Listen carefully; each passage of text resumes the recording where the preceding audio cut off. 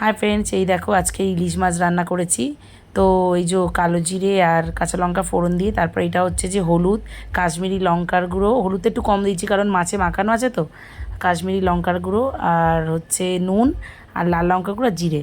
তো ভালো করে কষিয়ে নিয়েছি। তারপরে যখন একটু চাপা দিয়েছিলাম, তারপর যখন এই তেলটা একটু ছেড়ে ছেড়ে এসছে, তখন কাঁচা মাছগুলোকে ওর মধ্যে দিয়ে দিয়েছি। আর মাথাটা যেহেতু আমি দিয়েছি, তো মাথাটা আমি ভেজে নিয়েছিলাম আগে। কারণ মাথাটা হবে কি না আমি ঠিক শিওর ছিলাম না, কোনো দিনও মাথা আমি দিইনি। তো যাই হোক, মাথাটার জন্য ভেজে নিয়েছিলাম।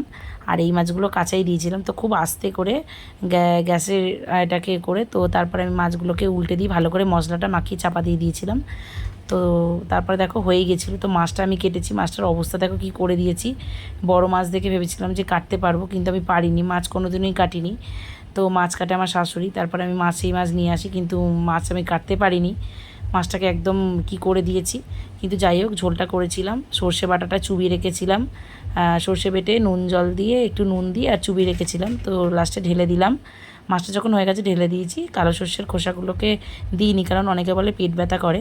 তো যাই হোক, এটা কিছুক্ষণ ফুটে তারপরে নামিয়ে নিয়েছিলাম। খেতে খুব ভালো হয়েছিল, একটু অন্য টাইপের হয়েছিল, কিন্তু খেতে ভালো হয়েছিল। তো ভিডিওটা কেমন লাগলো কমেন্ট করে জানিও, লাইক করে দিও। ইউটিউবে দেখে থাকলে সাবস্ক্রাইব করে দিও, আর এই ফেসবুকে দেখে থাকলে ফলো করে দিও। থ্যাংক